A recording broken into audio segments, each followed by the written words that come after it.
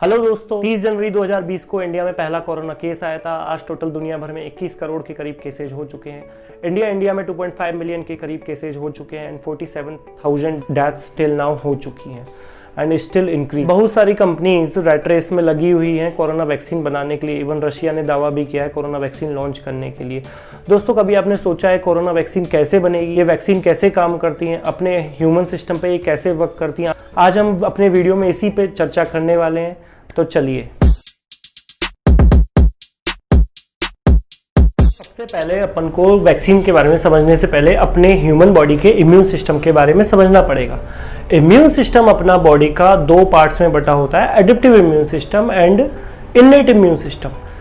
Basically vaccines work करती हैं। Vaccines का की गोल होता है एडेप्टिव इम्यून सिस्टम पे काम करना, बिकॉज एडेप्टिव इम्यून सिस्टम बीमारी के बाद वर्क करता है। बीमारी के बाद में आपके शरीर में किसी भी बैड वायरस ने एंटर किया, बैड सेल्स ने एंटर किया, तो वो रिमेंबर रखता है कि ये एक बैड सेल है, ये एक बैड वायरस है, तो वो उस पर अटैक करे। एडेप्टिव इम्यून सिस्टम का ये काम होता है।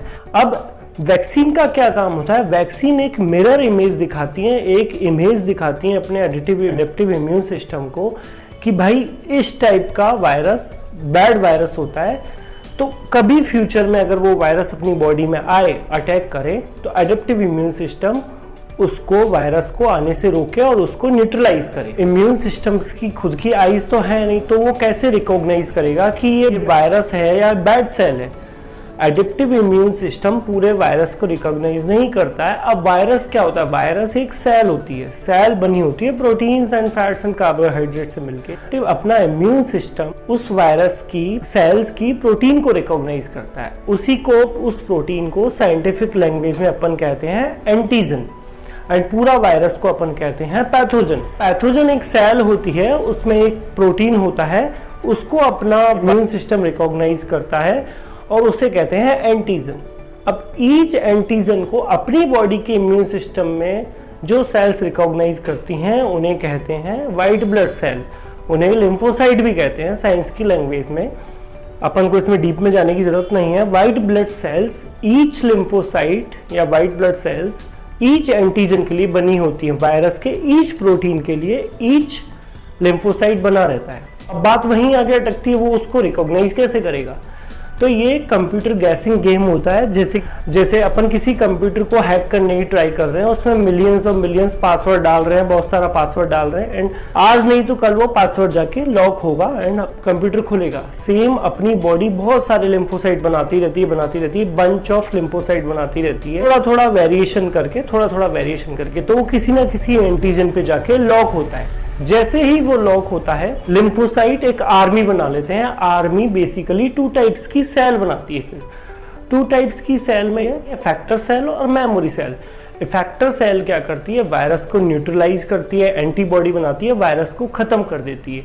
मेमोरी सेल क्या करती है? मेमोरी सेल उस वायरस के स्ट्रक्चर को या वायरस के प्रोटीन को रिमेंबर रखती है, ताकि वो फ्यूचर में कभी भी वायरस जो अटैक करे उसको वो इन्फेक्शन रोक पाए, उसके लिए इम्यून सिस्टम तैयार कर पाए।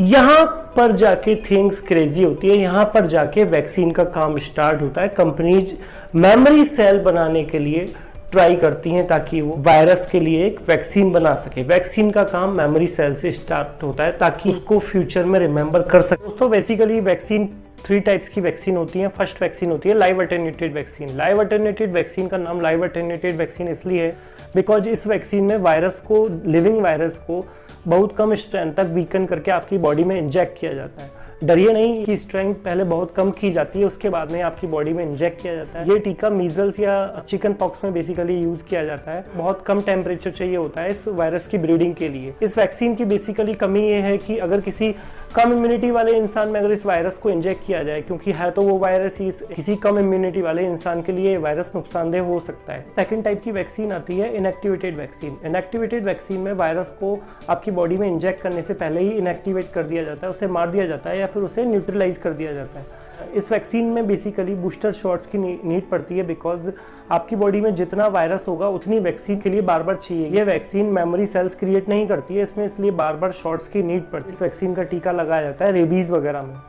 दोस्तों थर्ड टाइप की वैक्सीन आती है सब यूनिट वैक्सीन। सब यूनिट वैक्सीन में एक वायरस या पैथोजन का एक छोटा सा पार्ट या फिर एक एंटीजन आपकी बॉडी में इंजेक्ट किया जाता है ताकि वो आपकी इम्यून सिस्टम को प्रोवोक करे, जाकर आप उसको बताए कि एक फॉरेन सब्सटेंस या फिर एक फॉरेन जर्म्स ने आपकी बॉडी पर अटैक किया ताकि वो मेमोरी सेल बनाए और आगे फ्यूचर में ध्यान रखे। वैक्सीन को कंप्लीट होने के लिए 4 या 5 ट्रायल्स से निकलना पड़ता है। बेसिकली उसमें फर्स्ट ट्रायल होती है प्री क्लिनिकल ट्रायल। एक्चुअली इस ट्रायल में बेसिकली पोटेंशियल कैंडिडेट्स देखे जाते हैं जो अप्लाई करते हैं कोविड-19 वैक्सीन बनाने के लिए, जिन कंपनीज ने अप्लाई किया है। कि इस ट्रायल में ज़्यादा से ज़्यादा पॉसिबल हो के एनिमल्स पे फर्स्ट टेस्टिंग की जाती है एंड इम्यून रेस्पॉन्स वैक्सीन का देखा जाता है। माइस हो गया, चूहा हो गया, रैबिट हो गया एंड मंकीज हो गए, उन पे बेसिकली इस फेस में टेस्टिंग की जाती है। उनको थोड़ा ह्यूमनिश नेचर का प्रोटीन दिया जाता है ताकि थोड़ा ह्यूमन नेचर के प्रोटीन से सिमिलर होके उसकी जो इफेक्टिवनेस है वो क्लियरली पता की जा सके। इस ट्रायल जो कैंडिडेट इस ट्रायल में सक्सीड होते हैं वो कैंडिडेट फेस 1 ट्रायल के थ्रू गुजरते हैं।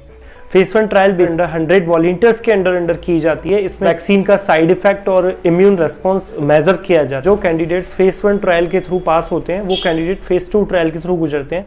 फेज 2 ट्रायल में बेसिकली थोड़ा स्ट्रिक्ट मेजर्स हो जाते हैं। ये सेवरल 100 ग्रुप्स के ऊपर की जाती है। इसमें डोजेस देने का टाइम, आप कोविड-19 वैक्सीन दे रहे हैं उस डोजेस देने का टाइम किसके थ्रू दे रहे हैं, आप नेजल स्प्रे के थ्रू दे रहे हैं, नाक के थ्रू दे रहे हैं या इंजेक्ट कर रहे हैं, एंड में साथ में प्लेसबो इफेक्ट भी यूज किया जाता है। अब दोस्तों आप लोग पूछेंगे प्लेसबो इफेक्ट क्या होता है। प्लेसबो इफेक्ट वही होता है जो अपने बड़े बुजुर्गों को डॉक्टर दिया करते थे, डॉक्टर या कभी कभी देते थे या अपने घर में भी अपन ने कभी यूज किया है। किसी के दिमाग में अगर ये है कि मैं इस डॉक्टर की दवाई से ही ठीक हो सकता हूँ तो हम उसको दवाई नहीं देके और कुछ दे देते हैं और बोल देते हैं कि उसको दवाई दी है एंड वो इट वर्क्स, वो वर्क भी करती है। तो ये प्लेसबो इफेक्ट है कि अगर उसने आदमी ने सोच लिया, अगर आपने सोच लिया मुझे ठीक होना है, मैं इससे ठीक हो सकता हूँ, तो आप ठीक हो जाओगे। ये प्लेसबो इफेक्ट सिर्फ मेडिकल में ही नहीं हर जगह वर्क करता है।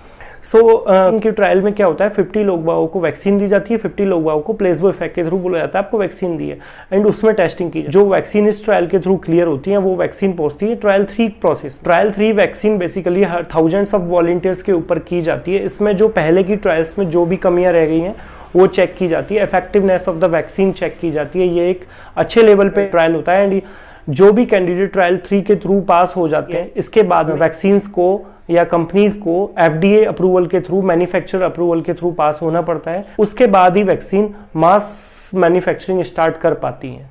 तो दोस्तों ये था कोरोना वैक्सीन के बारे में, मैं अपने इम्यून सिस्टम के बारे में। आशा करते हैं आपको कुछ थोड़ा बहुत समझ में आया होगा मेरे वीडियो के थ्रू। अगर आपको थोड़ा भी समझ में आया है आप अपने वीडियो को शेयर कीजिए अपने दोस्तों के साथ, अपने कलीग्स के साथ, अपने फ्रेंड्स के साथ एंड मेरे चैनल को सब्सक्राइब कीजिए ऐसे ही और वीडियोस पाने के लिए। तब तक के लिए स्वस्थ रहिए, मस्त रहिए। थैंक यू, नमस्कार।